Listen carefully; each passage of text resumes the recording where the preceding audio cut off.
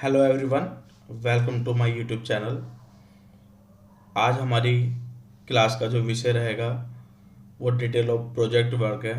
मतलब कि आज हमारी जो क्लास का विषय वो ये है कि जो ट्वेल्थ क्लास है, सब्जेक्ट पॉलिटिकल साइंस, उसमें जो प्रैक्टिकल बनाना है, जो प्रोजेक्ट वर्क बनाना है, उसको हम कैसे बनाएंगे, उसका पैटर्न क्या होता है, हम कैसे सब्जेक्ट या टॉपिक को सिलेक्ट कर सकते हैं, उसका पूरा स्ट्रक्चर आज आपको बताया जाएगा।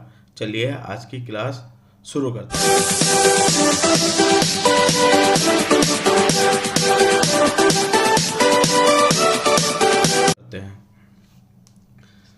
जैसे कि आप देख पा रहे हैं स्लाइड में कि डिटेल ऑफ प्रोजेक्ट वर्क है। इसके अंदर पूरा आपको पैटर्न बता रखा है कि कैसे मार्क्स है, कितने मार्क्स का है और वो कैसे डिवाइड होगा, आप ग्रुप कैसे बना सकते हो, आपको सब डिटेल में बताया जाएगा। आप कोई भी टॉपिक पर्टिकुलर कैसे सिलेक्ट कर सकते हो।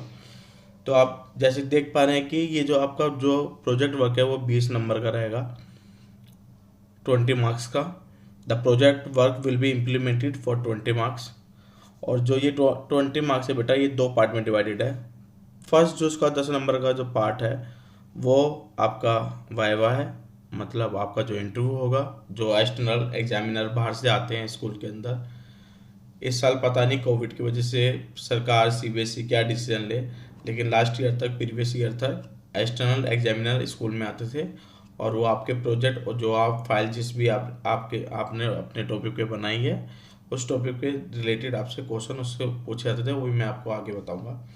और 10 मार्क्स जो हैं आपके वो हैं आपका प्रोजेक्ट वर्क बेटा। अब second point, for class 12 the evolution for 20 marks project work should be done jointly by the internal as well as the external examiner। और ये 20 मार्क्स है जो इसको फिर दोबारा इंडिविजुअली दो भाग में डिवाइड किया गया है, 10 इंटरनल और 10 एक्सटर्नल एग्जामिनर। और वो कंबाइन करके आपको आउट ऑफ 20 में जितने आपके मार्क्स आएंगे वो आपको दिया जाएगा। लेकिन वो आपको तभी पता चलता है कि आपके कितने मार्क्स आए जब आपका 12th के बोर्ड का रिजल्ट आता है, उसमें इंक्लूड करके आपको आउट ऑफ 100 का आपका रिजल्ट आता है।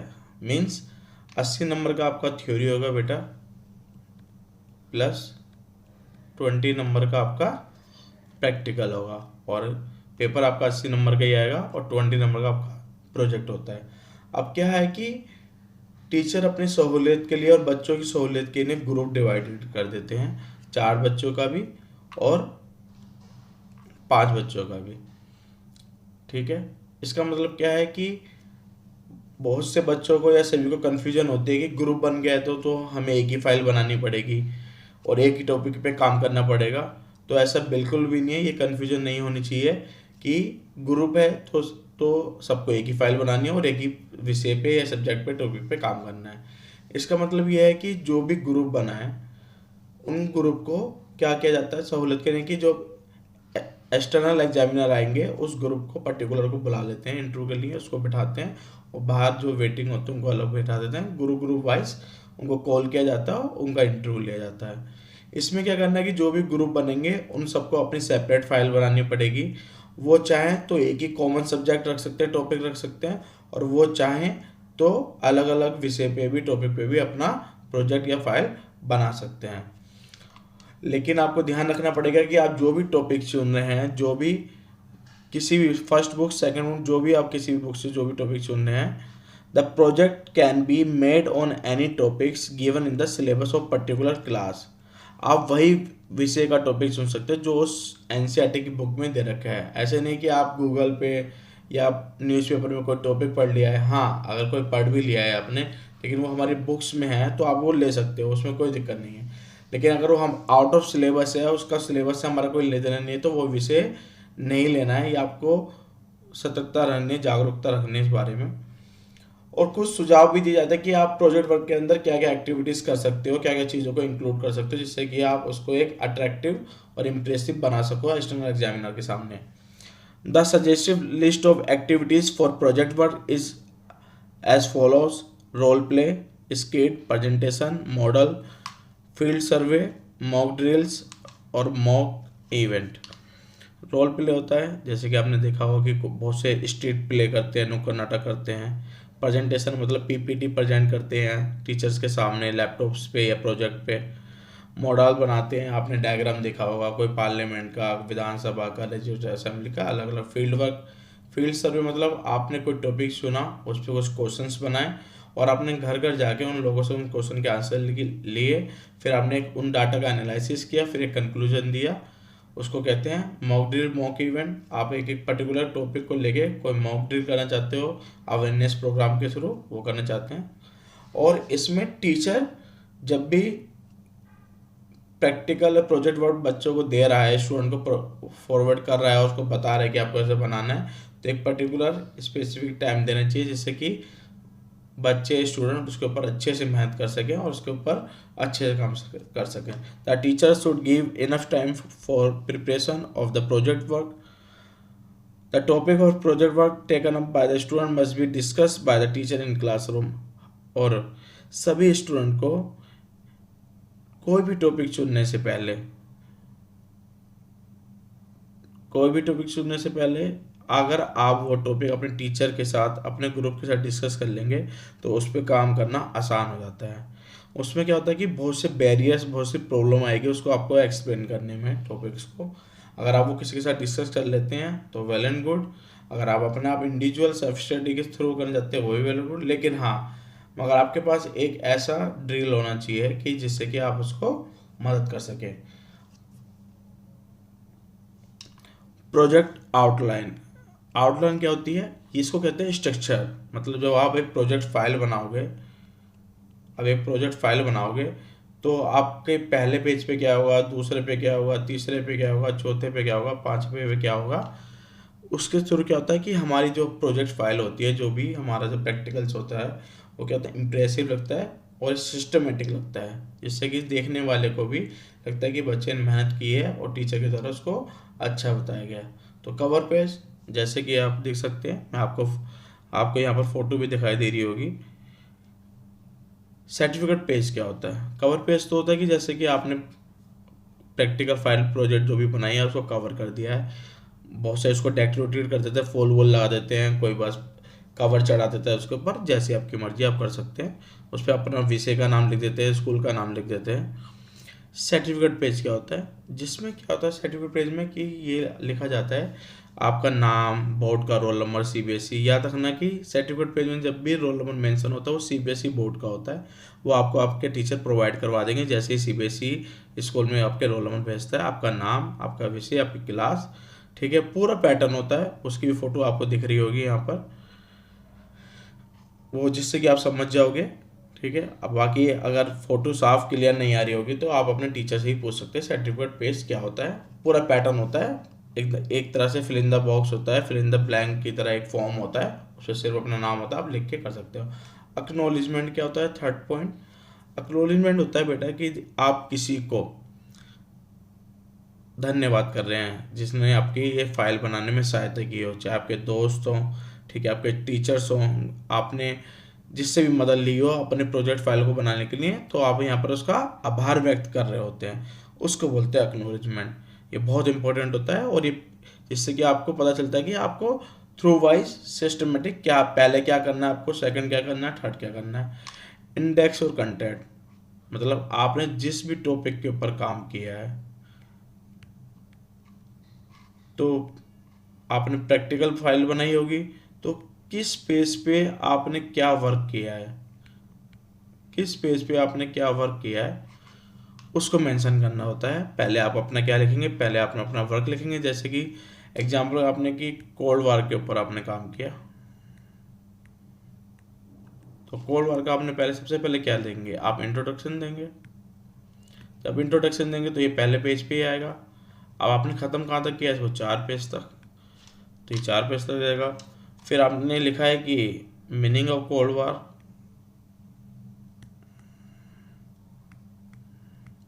ये कहाँ से आया, ये 5 से लेकर 7 तक आया, इसको बोलते हैं आपका इंडेक्स, ठीक है बेटा। फिर इंट्रोडक्शन, इंट्रोडक्शन क्या है, आपके टॉपिक का, आपके विषय का परिचय। जो भी आपने विषय चुना है वो कुछ भी हो सकता है, बहुत सारे टॉपिक है आपके पास, आप अपनी सहूलियत, अपनी नॉलेज और अपनी क्षमता के अनुसार कोई भी विषय चुन सकते हैं, कोई भी टॉपिक चुन सकते हैं, इसमें कोई बैरियर नहीं है। और ना ही कोई सीबीएसई से गाइडलाइन आती है कि आपको ये पर्टिकुलर टॉपिक लेके ही काम करना है, ना ही आपके टीचर आपको बोलते हैं कि आप इस पे काम करो, इस पे ये रहेगा। आप अपनी मर्जी से इंडिपेंडेंट हो, स्वतंत्र हो, आप कोई भी विषय, आपको फ्रीडम है, आप कोई भी विषय चुन सकते हो, कोई भी उसका इंट्रोडक्शन देना है। फिर सब टॉपिक अकॉर्डिंग टू इंडेक्स। सब टॉपिक होता है जो भी आपने टॉपिक लिया है उसका मेन कोर्स क्या है जिसको आप एक्सप्लेन करना है, ठीक है। कोल्ड वार है तो कोल्ड वार में आपने कि कोल्ड वार होने के क्या कारण थे उस पर दिया है, या what is the outcome of cold war, कि जो चीज था उसके क्या परिणाम निकले। तो जो मेन कोर्स होता है सब टॉपिक होता है जो आप इंडेक्स में भी मेंशन करोगे उसको एक्सप्लेन करना होता है पर्टिकुलर। फिर last but not the list bibliography. इसको हिंदी में हम बोलते हैं संदर्भ सूची, और या इंग्लिश में एक और नाम होता है इसका रेफरेंस लिस्ट। इसमें क्या होता है कि आपने अपना प्रोजेक्ट फाइल का जो भी टॉपिक लिया है उसको आपने कहाँ से लिखा है, गूगल से या किसी साइट से, किताब से, गाइड से, जर्नल से, न्यूज़पेपर से, मैगजीन से, ठीक है। जहाँ से भी आपने वो कंटेंट लिया है उस सबको सीरियल वाइज आपको मेंशन करना पड़ता है। और बिब्लियोग्राफी से पहले यहाँ पर सब टॉपिक के अंदर एक्सप्लेन तो हो जाता है, लेकिन अगर फिर भी कन्फ्यूजन हो रही तो सब टॉपिक के बाद जो मोस्ट इंपॉर्टेंट है और बिब्लियोग्राफी से पहले क्या आता है, कंक्लूजन। इसको हिंदी में बोलते हैं हम निष्कर्ष। निष्कर्ष मतलब आपने जो भी टॉपिक लिया है उसका क्या निष्कर्ष है, ठीक है। उसका कोई यूटिलाइजेशन है नहीं है, उसका रेलेवेंस बचा है नहीं है, उसकी उपयोगिता क्या है, या राजनीति विज्ञान के छात्र के लिए क्या ये विषय भी इम्पोर्टेंट है नहीं है, ये किताब में क्यों बना हुआ है, और विश्व राजनीति में या घरेलू राजनीति में इसका योगदान है या नहीं है। इस सभी के ऊपर निष्कर्ष में बात की जाती है। अब निष्कर्ष भी आप दो तरीके से लिख सकते हो। आपने जो भी कंटेंट लिखा है अपने टॉपिक से रिलेटेड आप उसको समराइज करके कंक्लूजन में लिख सकते हो, ठीक है। दूसरा, ये तो पहला पैटर्न हो गया कि कंक्लूजन का पहला कि आपको नहीं समझ में आ रहा है कि अब निष्कर्ष में क्या लिखना है कंक्लूजन में, तो आपने जो भी प्रैक्टिकल में अपने टॉपिक को एक्सप्लेन किया आप उसको समराइज करके छोटे से उसका छोटा सा रूप आप निष्कर्ष में लिख सकते हो। सेकंड, आप कंक्लूजन कैसे लिख सकते हो कि आप जो भी टॉपिक लिखा है उसका क्रिटिकल एनालिसिस करके, आलोचनात्मक विश्लेषण करके, मतलब उसमें कुछ कमियां होगी और उसको सुधारने के क्या तत्व हो सकते हैं या कारक हो सकते हैं उसको लिख कर भी आप अपना निष्कर्ष खत्म कर सकते हैं उसकी उपयोगिता के बारे में लिखकर। चलिए आगे चलते हैं। अब जरूरी नहीं है कि सभी को सब कुछ पता हो, मुझे भी जरूरी नहीं सब कुछ पता हो, लेकिन फिर भी मैं आपकी जितनी अपनी नॉलेज या मुझे जितना पता है उसके अकॉर्डिंग मैं आपको चाहता हूँ कि आपका जो प्रोजेक्ट फाइल है, आपका जो प्रैक्टिकल्स है वो अच्छा से अच्छा बने, आपके मार्क्स 20 में से 20 आए। तो उसके लिए आप थोड़ी टिप्स है जो आप उसको अप्लाई कर सकते हो अपने पास। तो tips for preparing N impressive project. तो सबसे इम्पोर्टेंट है कि ये आप देख रहे हैं इंटरेस्ट, इसका मतलब ये है कि आप प्रैक्टिकल फाइल से रिलेटेड जब भी टॉपिक चुने तो वो टॉपिक चुने दोनों किताबों में से जिसमें आपकी रुचि हो, जो आप पढ़ सकते हैं बार बार, जिसको आप अच्छे से एक्सप्लेन कर सकते हैं, जिसको आपको पढ़ते वक्त या लिखते वक्त बोरियत ना हो, और जिसको आप एक्सप्लेन करते हुए या डिफेंस करते हुए इंटरव्यू में उसको अच्छे से एक्सप्लेन कर सकें। तो पहला सबसे इम्पोर्टेंट कि आप जो भी टॉपिक चुने अपने इंटरेस्ट और रुचि का चुने जिसमें आपकी रुचि हो। दूसरा, check that proper content is available for the topic. हाँ, मोस्ट इम्पॉर्टेंट कि आप जो भी टॉपिक ले रहे हैं तो ये ध्यान रखें आप सब कि जो भी विषय का टॉपिक लिया है उसका कंटेंट मतलब उसकी लेखन, उसके मतलब पूरे विषय से संबंधित आपके पास लिखने के लिए मटेरियल उपलब्ध हो। अगर मटेरियल उपलब्ध नहीं होगा, सपोज कि आपने कोल्ड वार का रीजन ले लिया, अगर किताब में नहीं है तो आप लिखोगे कहाँ से। और कम से कम आपको 20 से 25 पेज लिखने होते हैं मिनिमम, ठीक है। मैक्सिमम 30 पेज तक ले जा सकते हो, तो इससे ज़्यादा ले जाने की जरूरत नहीं है, 20-25 पेज इनफ रहते हैं। तो ये आपको ध्यान रखना है कि पहले आपकी रुचि होनी चाहिए उस टॉपिक के अंदर। दूसरा, उसका कंटेंट या मटेरियल अवेलेबल हो, इंग्लिश मीडियम के लिए इंग्लिश मीडियम वाला, हिंदी मीडियम के लिए हिंदी वाला, क्योंकि आप जनरल तो लिख नहीं सकते कि जो आपके मन में हो आपने जो समझ लिया वो लिख दो, तो उससे काम तो चलेगा नहीं, तो आपके पास कंटेंट होना चाहिए। अवॉइड, थर्ड पॉइंट है avoid selecting a very vast topic. मतलब ये एक सतर्कता है, एक वार्निंग है आपके लिए कि कभी भी ऐसा टॉपिक ना चुने जो बहुत बड़ा हो। मतलब आप पर्टिकुलर कोई टॉपिक चुने जो एक पर्टिकुलर बात करे, ज़्यादा उसके मल्टी डायमेंशंस ना हो, बहुआयामी टॉपिक ना हो। अगर बहुआयामी टॉपिक होगा मतलब उसके बहुत सारे पैर खुले हुए होंगे चारों दिशाओं में, तो उसको कवर करना बहुत मुश्किल हो जाएगा। चलो आप बाई चांस आपने वो प्रोजेक्ट फाइल में लिख भी लिया, लेकिन आप इंटरव्यूअर के सामने उसको कैसे फेस करोगे, आप सब टॉपिक कवर नहीं कर पाओगे क्योंकि 10 नंबर है उसके हाथ में।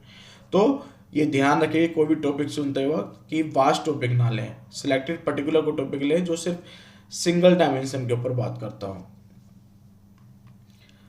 Fourth point, pictures relevant maps should be included in the project.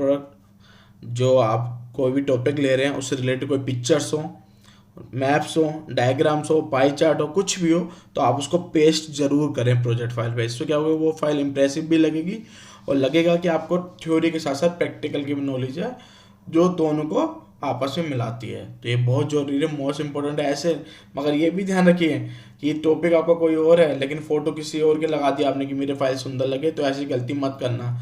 अगर आपसे टॉपिक से रिलेटेड कोई भी मैप वैप नहीं है तो आप उसको पेस्ट ना करें, जो भी आपने रिटर्न में लिखा है वही इनफ रहेगा। Give the description of the pictures maps table included in the project. और ये याद रखें जब भी आपने कोई पिक्चर लिखी है, पेस्ट की है ब्लैंक पेपर पे या कहीं पे भी, तो उसके नीचे आप उसको एक्सप्लेन जरूर करें कि पिक्चर किस चीज़ की है,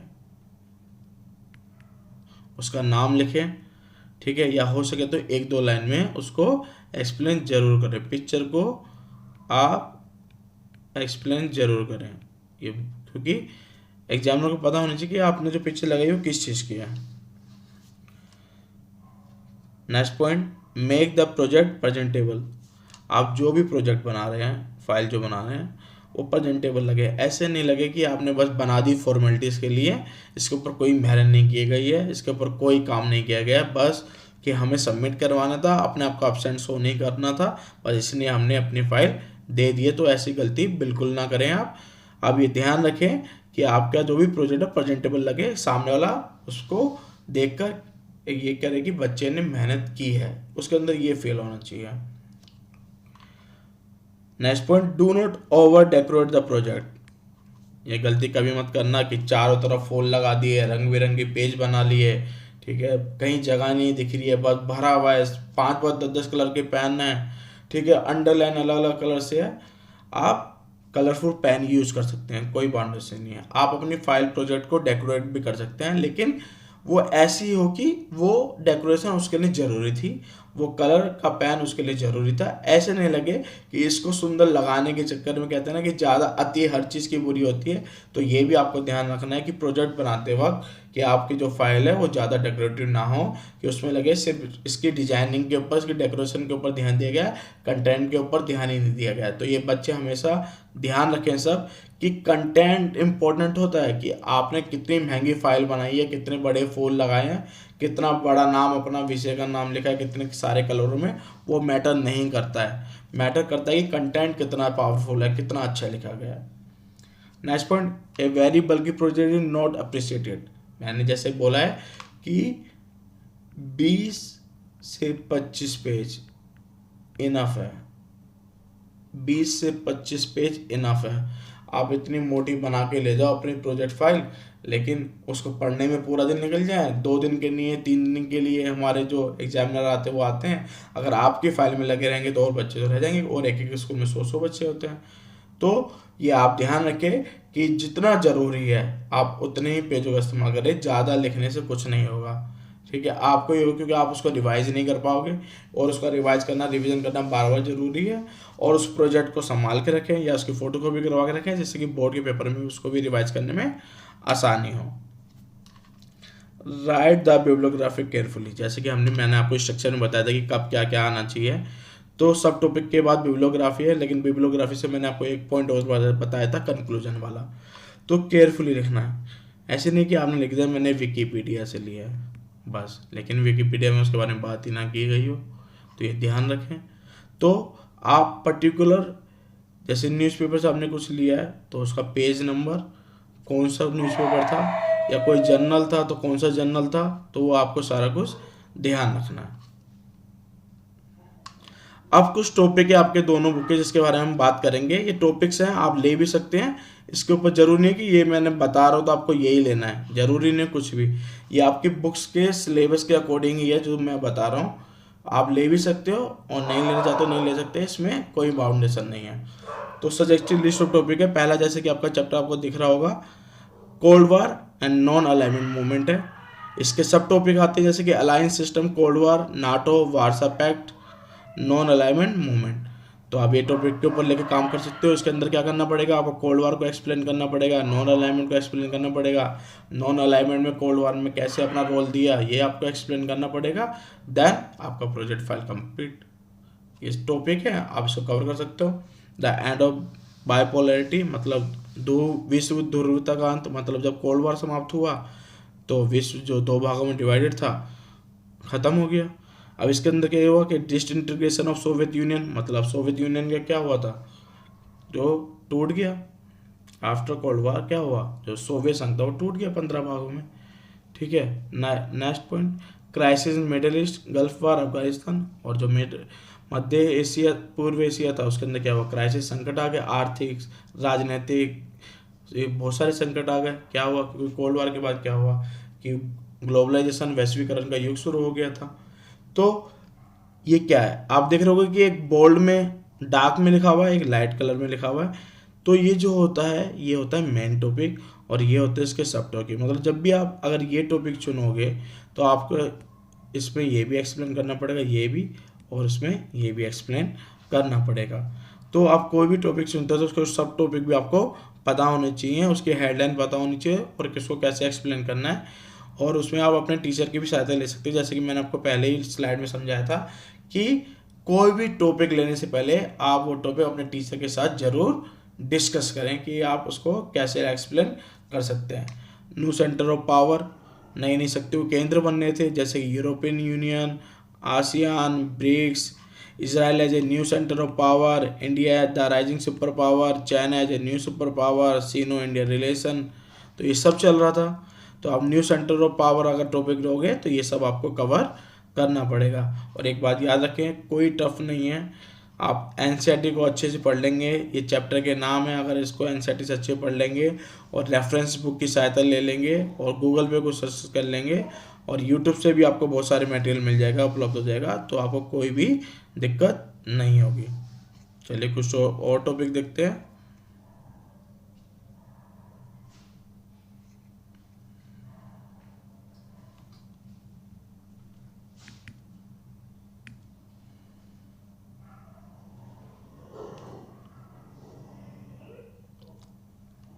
south Asia and the contemporary world, South Asia and the contemporary world मतलब दक्षिण एशिया और समकालीन विश्व।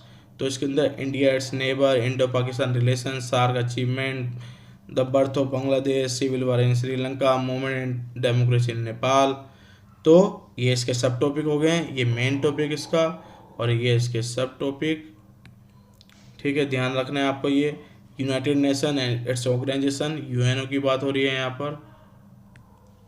ठीक है, तो इसके प्रिंसिपल्स, इसके सिद्धांत क्या है, इसके नियम कानून क्या है, इसकी अन्य संस्थाएं जो इसके काम करते हैं, यूनिसेफ, यूनेस्को, WHO, आईएलओ की full form International Labour Organisation, expansion of the Security Council in India. ये बहुत अच्छा टॉपिक है कि भारत सुरक्षा परिषद जो है उसके जो सदस्य सीमा लगा रखे कि 5 ही उसके सदस्य होंगे और 10 अस्थायी सदस्य होंगे और 5 उसके स्थायी सदस्य होंगे। तो इंडिया चाहता है और बहुत से विकासशील देश जाते हैं जो कि जैसे कि G7 ग्रुप है, G20 ग्रुप है, ठीक है, ब्रिक्स एक ग्रुप है, आपने नाम सुना होगा। ठीक है, आपने इतना कुछ पढ़ लिया है। तो इन सभी जो समूह हैं इनकी मांग है कि जो सुरक्षा परिषद है उसकी जो सदस्य सीमा है वो ख़त्म होनी चाहिए और नए नए देशों को भी उसका सदस्य बनाए जाने चाहिए, जिससे कि वीटो पावर का यूज सिर्फ 5 देशों के पास नहीं रहे। कुछ और टॉपिक देखते हैं। Security in contemporary world, Hindi medium वाले स्टूडेंट घबराने की जरूरत नहीं है, ये सब आपके विषय एनसीईआरटी में है। मैं हिंदी भी बता देता हूँ। समकालीन विश्व में सुरक्षा, तो थ्रेट ऑफ ह्यूमन सिक्योरिटी मतलब मानव सुरक्षा को क्या खतरे हैं, तो आतंकवाद, terrorism, the pandemic as a threat to human security. Pandemic मतलब बीमारियां, जैसे कि आप देख पा रहे हैं इस समय बीमारी फैली हुई है, कौन सा भी, इसमें कोविड। तो ये कैसे ह्यूमन सिक्योरिटी मतलब मानव सुरक्षा को लेकर खतरा पैदा करती है। और ऐसे कोई भी बीमारियां हो, जैसे कि स्वास्थ्य से रिलेटेड हो, आर्थिक तंगी से रिलेटेड हो, ठीक है ना। Next topic environment and natural resources. तो आप देख पा रहे हैं पहली बुक चल रही है और पहली बुक के टॉपिक है। तो जब नेचुरल रिसोर्सेज की बात आती है और इन्वायरमेंट की बात आती है तो आपको पता ही है इन्वायरमेंट मूवमेंट, तो आप कोई से भी ले सकते हो, तो बहुत सारे होते हैं। कोप कोप होता है, आपने पढ़ा होगा, रियो, ठीक है, सम्मेलन हुआ था, बहुत होते हैं। तो ये आप देखिए, ग्लोबल वार्मिंग, क्लाइमेट चेंज, ठीक है, conservation of water as a resources, India effort toward the environment conservation, कि इंडिया ने एनवायरनमेंट को लेकर क्या कदम उठाए हैं, उसकी सुरक्षा को लेकर उसको बनाए रखने के लिए क्या कदम उठाए हैं। मोस्ट इंपॉर्टेंट टॉपिक ग्लोबलाइजेशन, आज तक रेलिवेंट है और हमेशा ज़िंदगी भर रेलिवेंट रहेगा। मैं आपको यहाँ पर कोई भी टॉपिक सजेस्ट नहीं कर रहा हूँ, मैं आपके पास सहायता के लिए सब टॉपिक को एक्सप्लेन कर रहा हूँ कि आप मेन टॉपिक और सब टॉपिक को कैसे सिलेक्ट कर सकते हो। मतलब कि जब भी आप कोई मेन टॉपिक लोगे तो उसके अंदर बहुत सारे सब टॉपिक होते हैं, वो सभी आपको उसको में एक्सप्लेन करने पड़ेंगे और इस वीडियो से आपको हेल्प भी मिलेगी। तो 21st century globalisation, the movements against globalisation, impact of globalisation, तो वैश्वीकरण के प्रभाव, वैश्वीकरण के खिलाफ आंदोलन और 21वीं सदी का वैश्वीकरण। तो वैश्वीकरण वही है जब सभी देशों को जोड़ देता है आपस में, तो इससे आर्थिक, सामाजिक, राजनीतिक, सांस्कृतिक सारे प्रभाव आए। वर्ल्ड एक जैसा हुआ, एक देश पे घटित घटना का प्रभाव दूसरे देशों में होने लग गया। तो और ये कैसे 1991 के बाद ही शुरू हुआ, 1991 आफ्टर कोल्ड वॉर, इसकी शुरुआत क्यों मानी जाती है, ऐसा क्या हुआ था उस समय, ये सब आपको इस टॉपिक में एक्सप्लेन करना होगा। अब आपके यहाँ से सेकंड बुक स्टार्ट हो गई है, जैसे कि आप पहला चैप्टर पढ़ पा रहे हैं, challenges of national building. Challenges of national building का पहला ही सब टॉपिक है पार्टीशन ऑफ इंडिया, मतलब भारत का विभाजन। सरदार वल्लभ भाई पटेल, इंटीग्रेशन ऑफ स्टेट्स, मतलब राष्ट्र का एकीकरण। और सरदार वल्लभ भाई पटेल होम मिनिस्टर, आपको पता है गृह मंत्री थे हमारे पहले। इंटीग्रेशन ऑफ हैदराबाद, मणिपुर, जूनागढ़, कश्मीर, ये वो देशी रियासतें हैं जिनको भारत में जोड़ने में थोड़ी मशक्क़त करनी पड़ी, क्योंकि ये कहीं ना कहीं भारत से अलग रहना चाहते थे या पाकिस्तान के साथ मिलना चाहते थे। तो इन्हीं पर्टिकुलर इनका नाम भी आता है, ठीक है। और रीऑर्गेनाइजेशन ऑफ स्टेट, राज्यों का पुनः संगठन या उनका पुनः संगठित किया गया, उनको आपस में जोड़ा गया। तो ये आपका टॉपिक है। तो ये अगर देखा जाए तो इस बुक का इजी टॉपिक है, you can take it if you want. अगर आप ये लेना चाहते हैं तो आप ये ले सकते हो, उसके ऊपर काम कर सकते हैं। Planning and development, planning and development आपको पता ही है, जैसे कि नीति आयोग आ गया है, पहले प्लानिंग कमीशन था, 5 ईयर प्लान, तो इसके योजना आयोग बोलते थे जिसको हिंदी में प्लानिंग कमीशन को। तो इसकी क्या नीति थी, कब अब योजना आई, क्यों 5 साल का पीरियड होता है, इसमें बीच में एक 2 बार समय उसमें रुकावट भी लगी। अब योजना आयोग को ख़त्म करके नीति आयोग बना दिया गया, वो उसके लिए काम करता है। तो ये इसका टॉपिक है। इंडियन फॉरेन पॉलिसी, बहुत इंटरेस्टेड, रुचिकार और फैक्चुअल होता है, आपको पढ़ने में भी अच्छा लगेगा, आप नई नई चीज़ें भी जानेंगे। तो you can also take it if you want. Indian foreign policy का मतलब हिंदी में भारतीय विदेश नीति, और इसका पहला ही टॉपिक क्या है कि अन्य देशों के साथ भारत के संबंध। तो USA, China, Russia, Israel. Indian nuclear programme, most relevant topic till now और आगे भी रहेगा। भारत की परमाणु नीति क्या है, जैसे कि बता कि भारत की परमाणु नीति का सिद्धांत है कि हम पहले परमाणु बम का यूज नहीं करेंगे। और दूसरा मोस्ट इम्पोर्टेंट पॉइंट कि भारत में परमाणु नीति का जो नियंत्रण है वो जनता के हाथ में है, और इनडायरेक्टली कहें तो जनता के प्रतिनिधि के हाथ में है। Suggested list of topics, more important second book के और topic, parties and party system India, मतलब भारत में दलीय व्यवस्था क्या है। तो कांग्रेस सिस्टम, क्योंकि आपने देखा होगा कि पार्टीशन और पार्टीशन के बाद ऑलमोस्ट आप देखें तो 2014 तक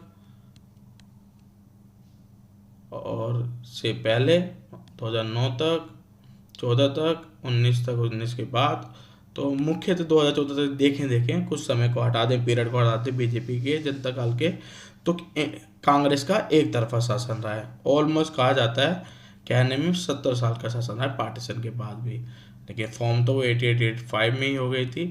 ठीक है, तब से लेकर उसका शासन बना हुआ है। तो इस व्यवस्था को सिंगल पार्टी रूल भी बोलते हैं। तो उसको एक्सप्लेन करना पड़ेगा। राइज ऑफ बीजेपी, तो इसकी शुरुआत पता ही है आपको 1951 में जनता दल के रूप में हुई थी, फिर धीरे धीरे इसका विकास होते हुए भारतीय जनता पार्टी बनी। Emergence of multi party system India, Bharat में बहुदलीय व्यवस्था की शुरुआत कब हुई, तो उसके बारे में जब भी अगर आप ये टॉपिक लोगे तो पूरा आपको एक्सप्लेन करना पड़ेगा। डेमोक्रेटिक रेजिस्टेंस मतलब लोकतांत्रिक उत्पत्ति भारत में, तो जैसे कि भारत में लोकतंत्र की उत्पत्ति कैसी हुई या उसको मजबूती कैसे मिली, तो ये टॉपिक बहुत अच्छा है। अगर इस पर थोड़ी मेहनत करनी पड़ेगी, थोड़ा अच्छे से काम करना पड़ेगा, लेकिन टॉपिक बहुत अच्छा है। जैसे कि Jayaprakash Narayan and total revolution, संपूर्ण क्रांति, जयप्रकाश नारायण हमारे लोकतंत्र के जो शब्दायक माने जाते हैं, उसके वेल विशर माने जाते हैं, या उसको लाने वाले भी माने जाते हैं। और उन्होंने इसके लिए आंदोलन भी किया। जब भारत में इमरजेंसी लगी वो जेल में भी गए और लोगों की अभिव्यक्ति के लिए, उनके अधिकारों के लिए उन्होंने आंदोलन भी किए। राम मनोहर लोहिया और सोशलिज्म समाजवाद, ये Deendayal Upadhyaya integral humanism, national emergency, वही जो मैं आपको बता रहा था अभी 1975। Democratic opposition, participation of adult backwards and youth, तो इस समय अगर आप देखो 1975 तो अडल्ट मतलब वैक्स वही जो 18 साल से ऊपर, बैकवर्ड्स पिछड़े दलित जो भी, और यूथ जवान लोग, इन्होंने मूवमेंट पे भाग लेना बहुत जल्दी शुरू कर दिया था इसके बाद, क्योंकि इनको लग रहा था कि अगर ये भी बाहर नहीं निकलेंगे तो इनके अधिकारों की रक्षा नहीं हो पाएगी। Social and new social movement India, सामाजिक आंदोलन, नए सामाजिक आंदोलन धीरे धीरे उभर रहे थे, जैसे कि फार्मर से रिलेटेड, वर्कर से रिलेटेड, महिलाओं से रिलेटेड, इकोलॉजिकल मतलब इन्वायरमेंट से रिलेटेड, पानी, पेड़ पौधे, जमीन, इनसे रिलेटेड भी धीरे धीरे उभर रहे थे। रीजनल एक्सप्रेशन, ये बहुत मोस्ट इम्पोर्टेंट टॉपिक है भारत के संदर्भ में, तो कि क्षेत्रीय आकांक्षा,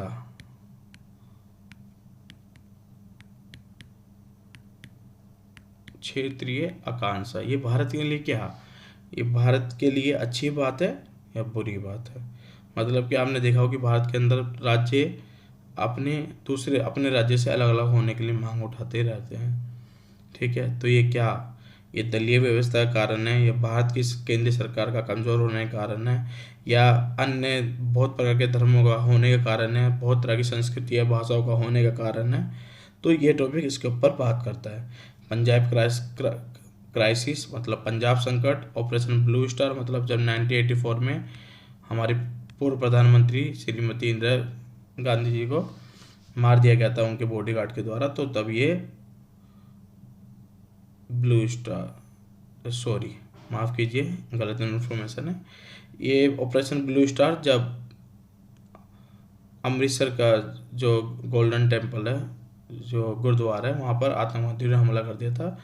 तो उस आतंकवादी घटना से बचाने के लिए ऑपरेशन ब्लू स्टार चलाया गया था, जिसके अंदर हमारे सैनिकों ने गुरुद्वारे से बाहर अपने जूते उतार के उस घटना को अंजाम दिया था, उन सभी आतंकवादियों को मार गिराया था, क्योंकि उस समय खालिस्तान भी मांग बहुत ज़्यादा उभर रही थी। ये ऑपरेशन ब्लू स्टार था, इंदिरा गांधी वाला नहीं था।